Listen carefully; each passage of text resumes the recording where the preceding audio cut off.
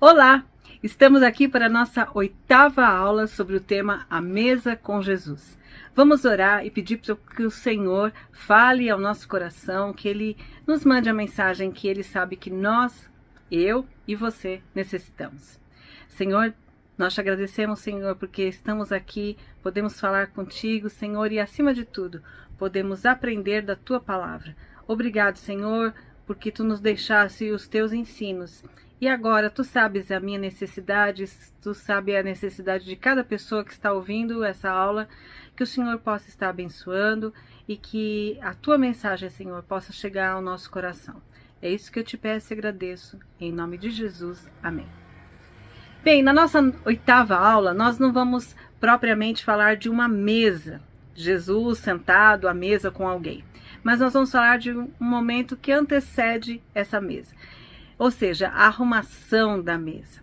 E nós vamos ver que nós, nesse momento de arrumarmos a mesa para sentarmos com Jesus e ouvir dele, nós precisamos de alguma forma trabalhar a nossa vida. E eu imagino que você, assim como eu, já deve ter, em algum momento, participado de um almoço em família. Ali, as filhas, as noras, as cunhadas se reúnem e cada uma acaba tendo uma função. Algumas vão lá arrumar a mesa, levar os pratos, talheres e, enquanto arrumam a mesa, geralmente estão conversando, estão dizendo de alguma situação e às vezes até de alguma situação mais séria.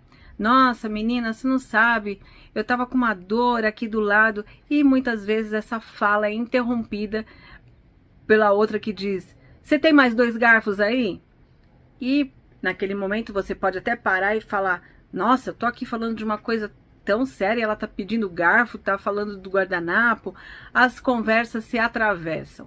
E o que nós vamos ver hoje é quase que uma coisa assim, uma conversa que se atravessa ali enquanto algo mais importante está sendo falado. Nós estamos num momento posterior à segunda multiplicação de pães. Jesus tinha sido acompanhado por uma multidão de 4.000 homens, e a gente já viu aqui que isso representa muita gente, porque é citado os homens, mas tinham as mulheres e as crianças junto. E antes de dispersar aquela multidão, eles já estavam há 3 dias com ele, ele diz: eu estou com compaixão por essas pessoas, se eu dispensar eles agora, eles não vão ter o que comer. Eu gostaria de dar algo para comer a eles. Quantos pães vocês têm aí? E os discípulos dizem: 7 pães, né? Como que a gente vai alimentar essa multidão com 7 pães? Mas o que a gente sabe é que Jesus alimenta toda aquela multidão com 7 pães e alguns peixes, e além de todo alimentar, satisfazer, né, a necessidade ali de alimento daquela multidão, ainda sobram cestos de pães. Depois ele entra no barco com seus discípulos, vai para um outro lugar, e quando ele desce nesse lugar, um grupo de fariseus o cerca e já começa a pedir sinais para Jesus. Para que Jesus fizesse algum sinal, né? De que ele realmente era filho de Deus, enfim. E Jesus, é interessante, vocês vão ver depois como Marcos, ele gosta de mostrar as emoções de Jesus, né? E Marcos diz que Jesus dá um suspiro profundo, né? Daquele de: ai, por que essa geração me pede sinais, né? Eles não vão ter sinais. O grande sinal eles teriam, que é a morte de Jesus.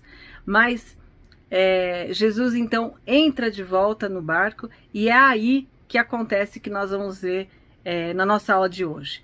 O que eu estou relatando está descrito em 2 evangelhos, em Marcos e em Mateus. Em Marcos, capítulo 8, do verso 14 a 21, e Mateus, do capítulo 16, do verso 5 a 12. Vamos lá, é interessante sempre quando existe algum relato em mais do que um evangelho, a gente está lendo, porque sempre um acaba complementando o outro, né? Então hoje nós vamos ler nos 2. Então vamos lá, primeiramente em Marcos capítulo 8, a partir do verso 14, que diz assim. Antes disso, deixa eu mostrar para vocês. No verso 12 de Marcos, ele diz: depois de suspirar profundamente no íntimo, disse: Por que esta geração pede um sinal? Em verdade vos digo que não será dado sinal algum a esta geração. E deixando-os, tornou a entrar no barco e foi para o outro lado. Então, esse suspiro profundo de Jesus, né? Ele está indignado com a incredulidade ali dos fariseus, sempre pedindo para ele um sinal. E ele então entra no barco e a partir do verso 14 nós veremos que os discípulos esqueceram-se de levar o pão. E tinham apenas um pão no barco, só um pão. E Jesus advertiu-os: atenção, guardai-vos do fermento dos fariseus e do fermento de Herodes. E eles discutiam entre si, dizendo: é porque não temos pão. Ao perceber isso, Jesus lhes disse: por que discutis por não terdes pão? Ainda não compreendeis? Não entendeis? O vosso coração está endurecido? Tendes olhos e não vedes, tendes ouvidos e não ouvis, não vos lembrais? Quando parti os 5 pães para os 5.000, quantos cestos cheios de pedaços recolhestes? Eles responderam: 12. E quando parti os 7 pães para os 4.000, quantos cestos cheios de pedaços recolhestes? Eles responderam: 7. E ele lhes disse: não entendeis ainda? Qual foi a parte que vocês não entenderam, né? E depois, aqui em Mateus capítulo 16, nós vamos ver que Mateus tem uma linguagem diferente, mas ele também nos relata. Quando os discípulos passaram para o outro lado do mar, esqueceram-se de levar pão.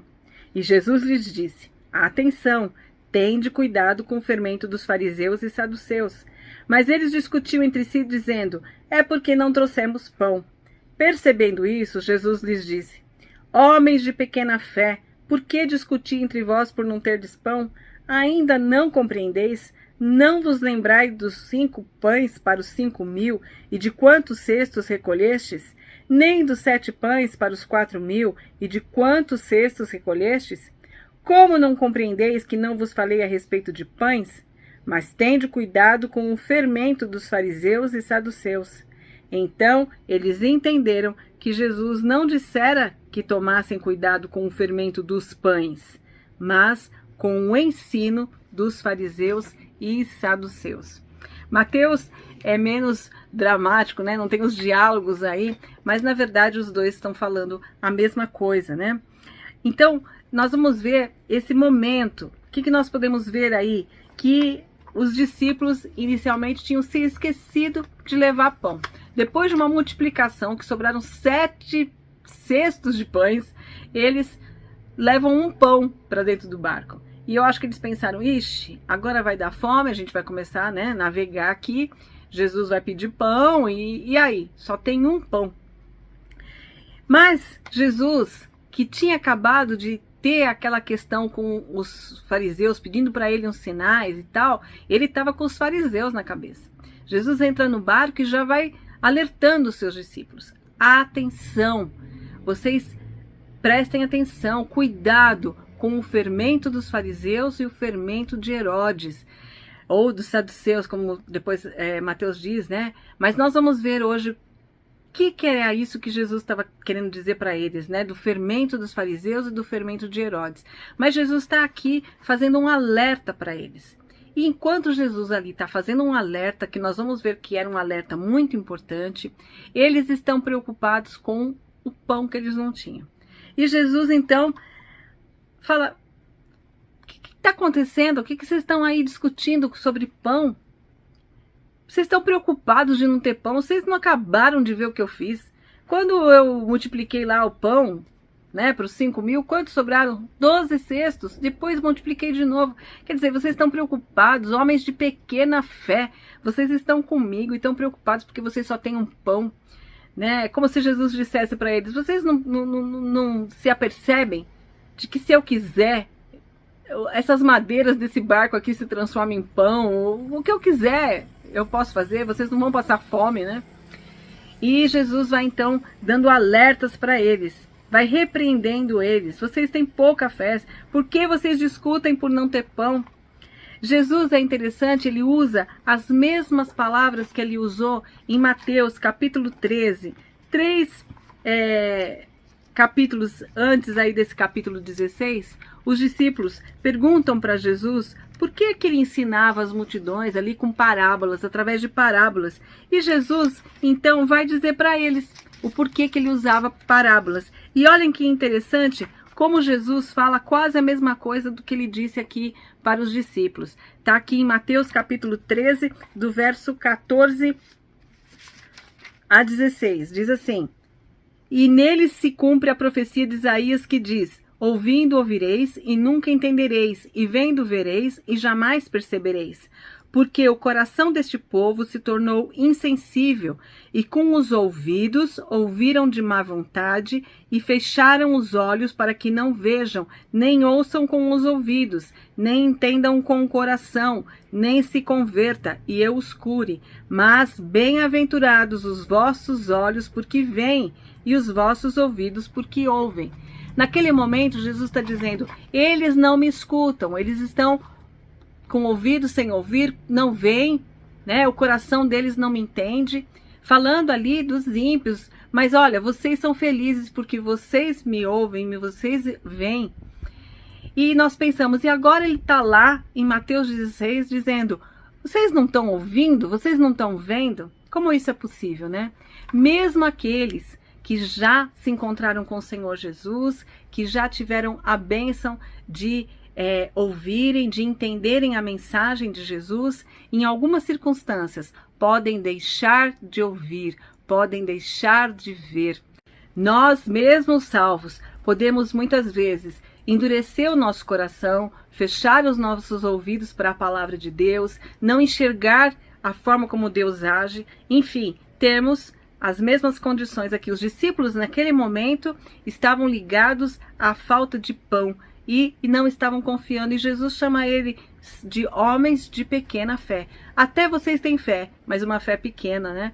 Então, Jesus aqui está dando esse alerta para eles, e eles estão sem entender, na verdade, o que Jesus estava falando. Por quê?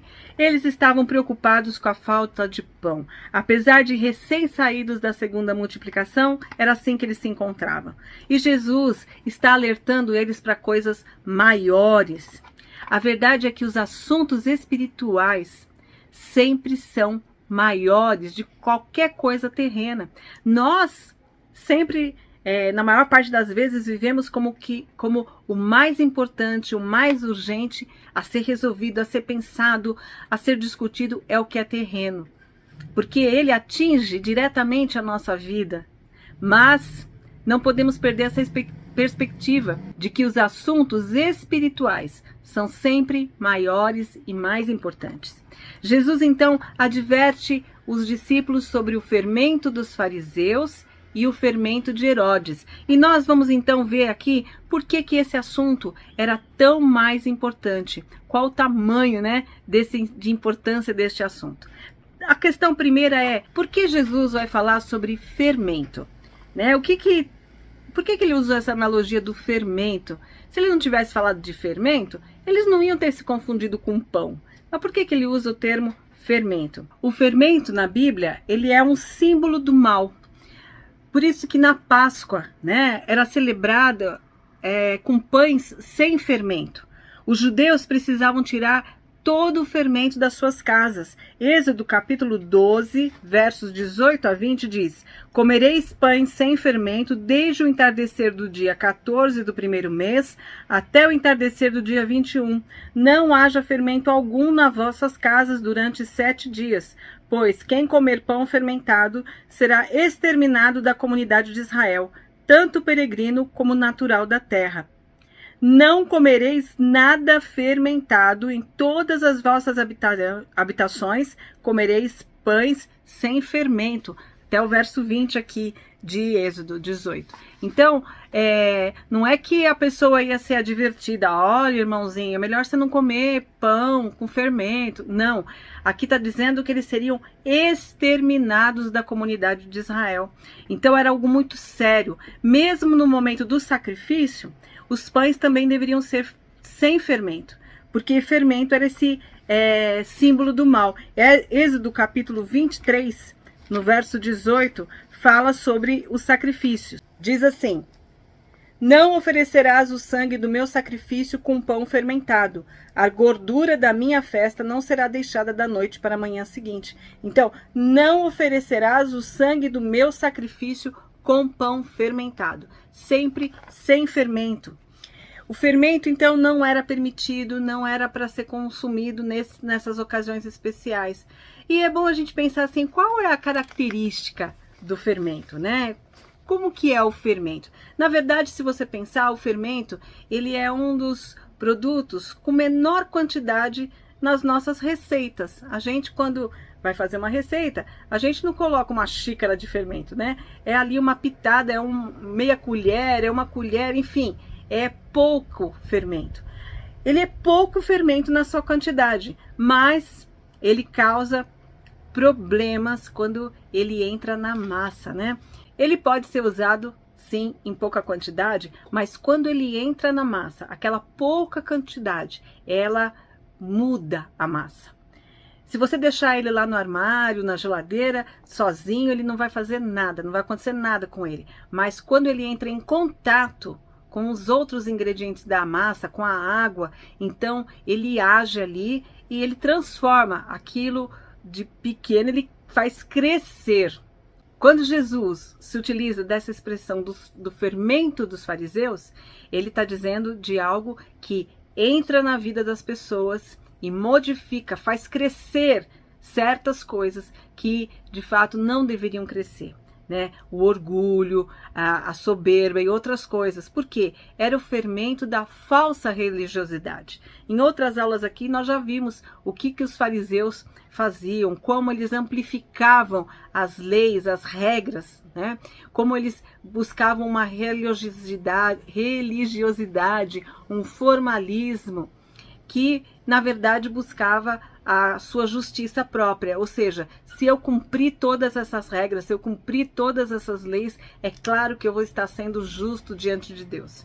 Então, é contra esse fermento da religiosidade, do formalismo, do cumprimento de regras excessivas, achando que vai se auto-justificar, que Jesus ali alerta os discípulos. E ele fala, além disso, que era para eles tomarem cuidado também com o fermento de Herodes. Vamos ver lá em Marcos, capítulo 6, verso 20, como é que Herodes via a João Batista. Marcos, capítulo 6, verso 20. Porque Herodes temia João, sabendo que era um homem justo e santo, e o mantinha em segurança. Ao ouvi-lo, Herodes ficava muito impressionado e o escutava de boa vontade. Vejam só o que acontecia aqui com Herodes. Herodes temia João Batista, Herodes sabia que ele era justo, que ele era santo. Herodes ouvia, ficava impressionado com o que João Batista falava. Ele diz que aqui que ele ouvia de boa vontade, ou seja, ele gostava do que João Batista falava. No entanto, João Batista acusou, né, Herodes dos seus pecados. Então, deixou às claras ali o que Herodes estava fazendo de errado, e Herodes não queria obedecer. Ele gostava de tudo aquilo que João Batista falava, mas o que nós vimos no final, Herodes manda matar João Batista. Ele tira a cabeça, oferece numa bandeja para Salomé. Então, apesar dele gostar, dele achar bonito, ele não tinha o menor interesse em cumprir, em obedecer a palavra de Deus que vinha através de João Batista. Então, o que isso tem a ver com os discípulos? Muitas vezes a gente acha as palavras bonitas, a gente acha a mensagem tão boa, né? Tem muita gente hoje em dia, por exemplo, que escuta muito música gospel. É tão lindo tudo aquilo que então acha lindo, acha gostoso ouvir, mas não cumpre o que está escrito na letra, né? As letras bíblicas. Não vive uma vida que realmente agrade a Deus. Tudo é muito bonito, o Senhor é meu pastor, nada me faltará, mas de fato não se convertem, não se arrependem dos seus maus caminhos, não se tornam novas criaturas em Cristo. Então esse é o fermento de Herodes. O fermento dos fariseus, a falsa religiosidade que acabava crescendo a massa aí do orgulho, da soberba, e o fermento de Herodes. O fermento de Herodes está ligado a uma coisa chamada secularismo. O secularismo é uma ideologia que promove a ausência de qualquer obrigação relacionada à autoridade ou crença em Deus. É algo que não se preocupa de menor forma em obedecer aos preceitos de Deus. Isso é uma coisa, a minha vida é outra. Né? Você já deve ter ouvido falar do termo vida secular. O que é a vida secular? A vida fora da igreja. Né? É o meu trabalho, é a minha escola, é a minha atividade em casa, é o supermercado. Tudo isso é vida secular, não tem nada a ver com Deus, com Bíblia, com o que se fala na Bíblia. É outra conversa. Então, nós muitas vezes separamos o tempo de ser crente, que é lá na igreja, e ser um cristão e viver os valores de Cristo, e a vida secular, a vida de fora.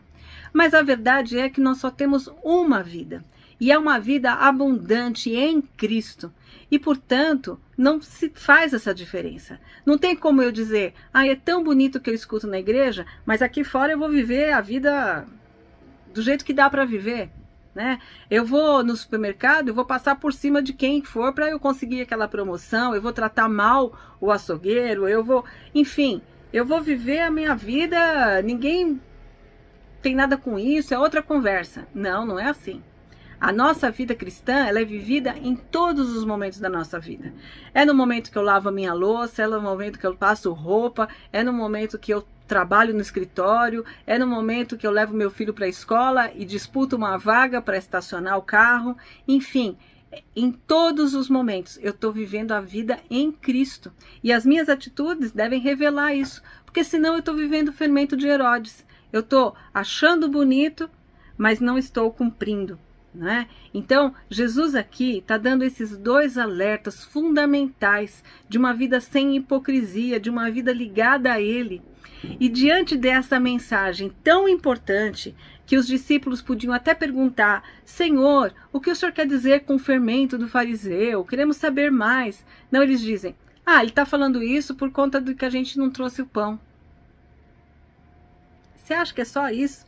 Isso é a mesma coisa de, por exemplo, você sair, ir à igreja, ou pegar a Bíblia e querer orientação para saber se eu vendo ou não vendo a casa, saber se eu faço ou não faço uma viagem, saber se Jesus vai me curar ou não vai me curar, preso às questões desta vida aqui. Isso é tão pequeno diante de tudo que o Senhor tem para nos oferecer do reino espiritual. Quando Ele está falando conosco sobre paz, sobre alegria nele, contentamento nele, e nós muitas vezes estamos reduzindo isso a questões da vida cotidiana. Jesus tem mais a nos oferecer do que essa vida cotidiana. Buscai a Ele em primeiro, o resto vai vir. Não é que Ele não nos dá direção, mas isso não é o principal. Né? O Senhor nos trata em nós o nosso processo de santificação para uma vida eterna com Ele. Então, a gente se prender ao que é material, ao que é de agora, e deixar de enxergar as riquezas que Ele tem para nós, muito mais abundantes, é aquilo que Jesus fala para os discípulos: pouca fé. E nós podemos olhar para tudo isso e ver por que será que estamos assim presos a isso. Na verdade, nós não estamos compreendendo, não estamos enxergando, não estamos ouvindo, não estamos trazendo à memória, né, essas coisas que o Senhor já realizou. O fermento, esse mal, né, que é como o fermento, ele fica escondido. Ele parece nem existir, mas ele está ali. Quando ele se espalha, ele contamina todas as coisas. Gálatas, capítulo 5, verso 9, nos diz: com um pouco de fermento, toda a massa fica fermentada. Com um pouquinho de mal, tudo fica mal. Muitas vezes, você passar um perfume, uma gotinha de perfume, a pessoa nem sente muito o cheiro, mas coloca uma gotinha de um cheiro ruim em você. E você vai ver o quanto que aquilo se espalha, né? Então, o fermento, um pouquinho de fermento, ele leveda, ele faz toda a massa crescer. Da mesma forma, a Bíblia, ela usa esse fermento como uma figura da falsa doutrina, que um pouquinho de falsa doutrina, um pouquinho de falso ensino, de palavras de um falso profeta, como podem entrar na nossa mente, no nosso coração e contaminar toda a nossa vida. Às vezes as pessoas podem achar, eu estou passando o dia escutando mensagens, eu vou de um para o outro, mas você tem ouvido de onde vem essa mensagem? Olha lá de que canal é que profere essa mensagem, de que linha doutrinária está se falando, porque não é porque está falando de Bíblia que é uma coisa excelente. Não, pode ser um falso ensino que vai transformar a sua vida numa coisa que não agrada ao Senhor. Então, a falsa doutrina, ela pode entrar. O próprio capítulo aí de Gálatas, capítulo 5, nós podemos ver isso no versículo 6 a 9, que diz: porque em Cristo Jesus, nem a circuncisão, nem a incircuncisão valem coisa alguma, mas sim a fé que atua pelo amor. Corrieis bem. Quem vos impediu de obedecer à verdade? Quem vos convenceu a agir assim não vem daquele que vos chama. Com um pouco de fermento, toda a massa fica fermentada. Paulo aqui está falando do grande dilema, né? Que circuncisão, que incircuncisão, que tinha que ser circuncidado, que não tinha que ser circuncidado. Paulo diz, olha, circuncisão, incircuncisão, nada disso tem a ver com o Senhor Jesus, né? Não vale nada, mas sim o quê? A fé que atua pelo amor. Então, a fé que é o importante, não essas coisas que se fazem aí, circuncisão ou incircuncisão. E ele diz, vocês estavam correndo bem, essa carreira, né, da santificação, vocês estavam correndo bem. Quem foi que vos impediu de obedecer à verdade? Quem que veio com conversa para vocês e fez vocês pensarem de outra forma, né? Quem vos convenceu a agir assim não vem daquele que vos chamou. Quem veio falar essas coisas para vocês não veio daquele que vos chamou, porque ele não diria essas coisas para vocês. Então, a falsa doutrina é um fermento que pode levar a uma vida que não agrada a Deus. Além disso, o fermento também é visto como aquela infiltração do pecado na igreja. 1 Coríntios, capítulo 5, versos de 1 a 7. 1 Coríntios 5, 1 a 7. De fato, ouve-se que há imoralidade entre vós e imoralidade do tipo que nem mesmo entre os gentios se vê, a ponto de alguém manter relações sexuais com a mulher de seu pai, e estáis cheios de arrogância. Não devíeis, pelo contrário, lamentar e expulsar do vosso meio quem cometeu isso? Embora eu esteja ausente fisicamente, estou presente em espírito e já julguei quem fez isso como se estivesse presente. Quando vos reunirdes em nome de nosso Senhor Jesus, e eu estando convosco em espírito junto com o poder de nosso Senhor Jesus, entregai esse homem a Satanás para a destruição da carne, para que o espírito seja salvo no dia do Senhor Jesus. O vosso orgulho não é bom. Não sabeis que um pouco de fermento faz com que toda a massa fique fermentada? Removei o fermento velho para que sejais massa nova, sem fermento, assim como de fato sois, porque Cristo, nosso Cordeiro da Páscoa, já foi sacrificado. Portanto, celebremos a festa não com fermento velho, nem com fermento da maldade e da corrupção, mas com os pães sem fermento da sinceridade e da verdade. Fui até o verso 8, né? Então, o que estava acontecendo aqui na igreja de Corinto? Imoralidade. Havia até mesmo homens que estavam tendo relações sexuais com suas madrastas. E é interessante que Paulo não diz assim, vão lá tratar do irmãozinho, vão falar para ele, não faz isso, vão agir com muito amor. Hoje, você falar de expulsar ele do meio de vós, é uma coisa que não é politicamente correta, né? Não, a gente tem que amar, mas existe um limite para isso, no sentido de que uma pessoa que permanece no pecado, não se arrepende, continua na prática da imoralidade, ela vai contaminar. É um fermento que vai fazer a massa crescer, né? A falta de justiça, nesse caso, vai levar a um pecado generalizado. Então, o arrependido deve ser conduzido em amor, deve ser tratado, mas aquele que permanece no pecado, ele tem que ser tirado do meio para que não contamine os demais. Então, aqui Paulo está dizendo, tem que retirar essa pessoa. Não deixem o fermento velho, mas vivam a vida com Cristo, né? Que é a nossa Páscoa, que é esse pão sem fermento, que é esse pão, o fermento da sinceridade, da verdade, é esse que deve estar no meio de nós, né?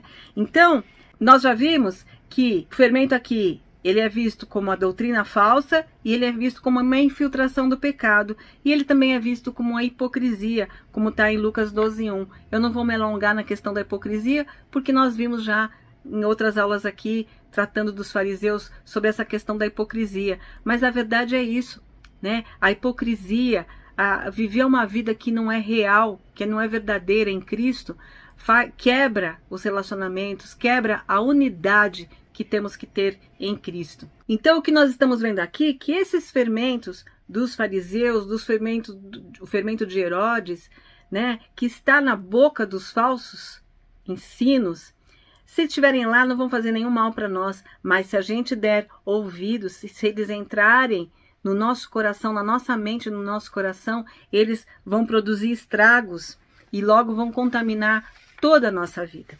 Por isso nós vimos que essa era uma mensagem muito importante para os discípulos, uma mensagem que eles deveriam entender, procurar compreender, mas eles estavam apegados ao fato de não terem pão. Então, Jesus está ali servindo para eles uma mesa, um banquete de ensino, mas eles não estão prontos para ouvir. E muitas vezes é isso também que acontece na nossa vida, né? Nós estamos ligados às questões materiais, nós estamos ligados a essa vida aqui, porque essa é a vida que nós conhecemos. Então, muitas vezes a gente acha que se a gente estiver com os nossos boletos pagos, se a gente estiver sem doença, que se a gente estiver com os nossos relacionamentos em paz, nossa, nós estamos no céu. Bobinhas de nós, Deus tem algo tão maior reservado para nós. Essa breve felicidade que nós temos aqui é muito pequena comparada ao que Cristo tem para nós. E Ele investe na nossa vida, através das circunstâncias, para que a gente vá crescendo nele e possamos desfrutar totalmente dele. Mas, se nós não tivermos nossos ouvidos abertos, se nós não estivermos preparando a nossa mesa para receber esse alimento, nós ficaremos sem o alimento. E talvez você diga para mim assim, não, Laís, Jesus é quem faz todas as coisas. Ele abre o nosso coração, ele coloca a palavra, ele transforma a nossa vida, a gente é o que ele quer. É claro que sim. Mas, apesar da soberania de Deus, nós temos a responsabilidade humana. E nenhuma teologia vai dizer para você que é para você viver uma passividade. Você fica lá deitado no sofá e Deus vai te transformar no cristão que Ele quer. Não, existe a nossa busca. Por isso que Paulo diz em várias das suas cartas, né, que ele estava correndo para o alvo. Paulo não falava, eu estou aqui deitado com Cristo agindo em mim. Não, ele dizia, eu estou correndo esta carreira que me foi proposta, eu estou buscando a santidade, né? Então, existe também a nossa responsabilidade nesse processo. Então, para usufruir dessas delícias do Senhor à mesa, nós temos que preparar a mesa. A primeira coisa que nós temos que reconhecer que Ele nos serve sempre a comida espiritual.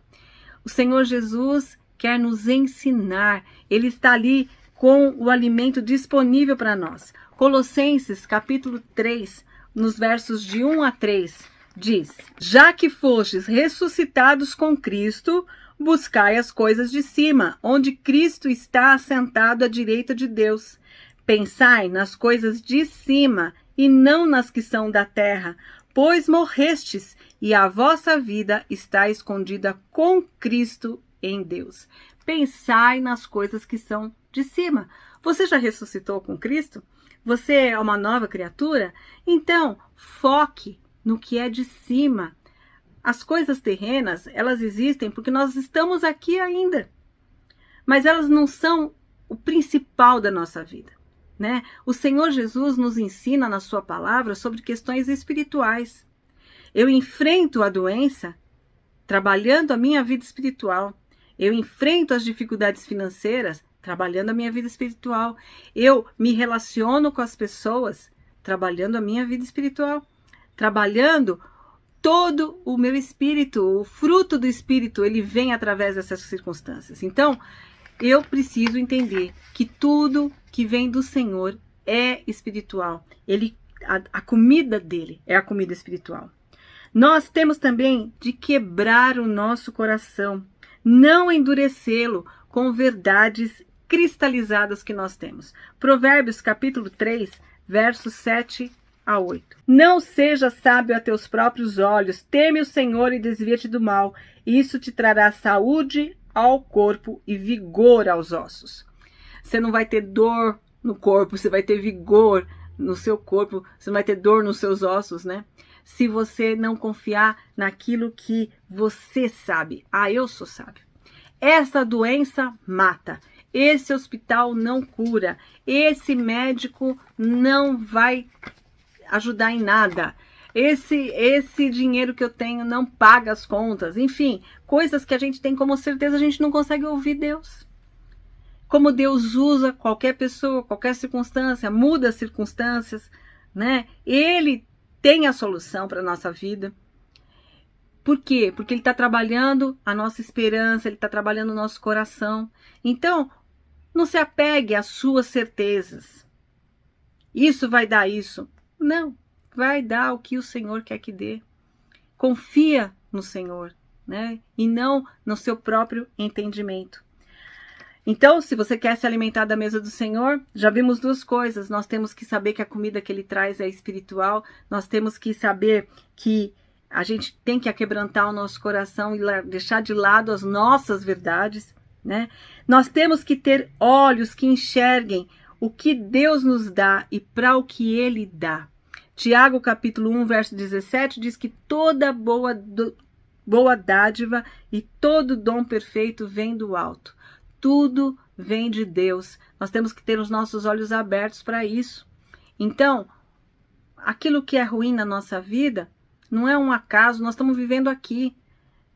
Então, tudo vem de Deus, a solução vem do Senhor, as situações, as provações, as tempestades, às vezes, que enfrentamos, são parte do plano de Deus para a nossa vida e nós subsistimos nele, né? Então, tudo vem de Deus. Você quer se alimentar, você tem que entender que tudo vem dele, todas as coisas. E você vai encontrar propósito nessas coisas.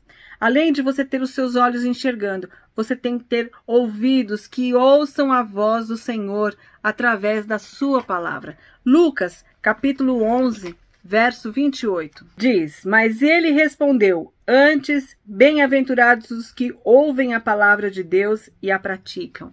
São felizes aqueles que ouvem a palavra de Deus e põem em prática.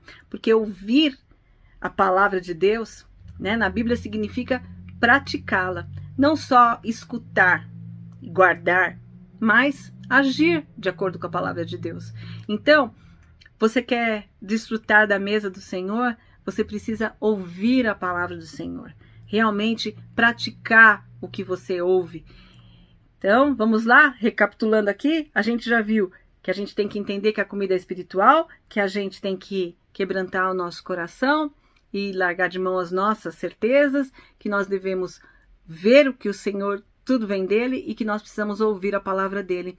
Mas, mais do que isso, nós precisamos nos lembrar de todas as ações de Deus na nossa vida. Salmo, capítulo 77, verso 11 a 14, é uma oração de Davi. Salmo 77, verso 11 a 14, diz assim: Recordarei os feitos do Senhor, sim, eu me lembrarei das tuas maravilhas da antiguidade. Também meditarei em todas as tuas obras e ponderarei teus feitos poderosos. Ó Deus, teus atos são santos. Que Deus é tão grande como o nosso Deus? Tu és o Deus que faz maravilhas. Tem feito notória a tua força entre os povos. Como nós esquecemos do que Deus faz pra gente, né? Às vezes fica guardadinho lá no cantinho da memória, mas nós não usamos no momento da aflição. Quantas vezes eu já fiquei preocupada com a minha filha, por exemplo, que estava vindo de Uber, e eu começo a ficar ansiosa, aflita, pensando besteira, ou em outras circunstâncias de saúde dela tal. Ela hoje tem 24 anos e o Senhor tem que me trazer à memória ela lá no nascimento dela, na UTI, com 1,740 kg, naquela UTI de prematuros, o quanto que o Senhor cuidou dela. O quanto o Senhor cuidou dela aos 4 anos, quando ela passou 22 dias no hospital com pneumonia. O quanto o Senhor cuidou dela quando ela quebrou o pulso. E no dia que ela quebrou o pulso, era o dia do plantão do melhor cirurgião de pulsos, o especialista. E o Senhor vai dizendo para mim: Laís, eu não cuidei dela lá naquela UTI, eu não cuidei dela, eu vou fazer da vida dela o que eu quiser, ela dentro do Uber. Não é você e a sua preocupação que vão fazer com que ela chegue em paz em casa. Como que você pode duvidar? Jesus disse para os discípulos: vocês estão preocupados com o pão, quando eu acabei de multiplicar 7 pães para 4.000 homens, mulheres e crianças. E vocês estão preocupadinhos com o pão de vocês 12, aqui dentro desse barco, né? E é isso que acontece na nossa vida. Muitas vezes nós temos que trazer à memória as coisas que o Senhor já fez por nós. Então, abrir os nossos ouvidos, abrir os nossos olhos, ver a grandiosidade do Deus que nós temos. Porque se a gente não fizer isso à mesa do Senhor, nós vamos continuar preocupados porque a gente só tem um pão. Deixando de ver que lá na cozinha, para servir, tem pratos tão maravilhosos, tão saborosos, que nós não estamos prontos a desfrutar e degustar, porque nós estamos ali presos no fato de que só tem um pãozinho ali. Será que nós temos sentado à mesa com Jesus apenas visando a nossa vida aqui? O suprimento de necessidades, a direção, orientações para decisões da vida aqui? Nós fomos resgatados para uma vida eterna. E tudo que Jesus nos serve tem o objetivo da nossa santificação e da glorificação dele através da nossa vida. Jesus tem muito mais para nós. É claro que ele tem o que nós necessitamos para viver aqui. Mas esse não é o nosso foco, a nossa vida aqui, até porque ela é um pedaço tão pequeno da nossa eternidade com Cristo. Por isso que ele em outros trechos fala para a gente pensar nas riquezas lá do céu, guardar os tesouros lá do céu e não os daqui. Mas, se a gente for fazer uma planilha, quanto que nós consumimos da nossa vida aqui, pensando realmente nas coisas daqui, gastando todas as nossas emoções com tudo que é daqui, e não aprendendo dele, e não buscando a santificação, e não dando glória a ele por tudo através da nossa vida. Eu espero que eu e você possamos preparar a mesa do Senhor, preparar-nos para usufruir das delícias do Senhor, abrindo os nossos ouvidos, abrindo os nossos olhos, realmente quebrantando o nosso coração, trazendo à memória o que ele já fez por nós, e aí sim nos deslumbrarmos e saborearmos tudo que ele tem para nós. Que Deus abençoe você e que nós possamos, esta semana e sempre, arrumar a mesa da maneira correta para degustar as maravilhas de Deus.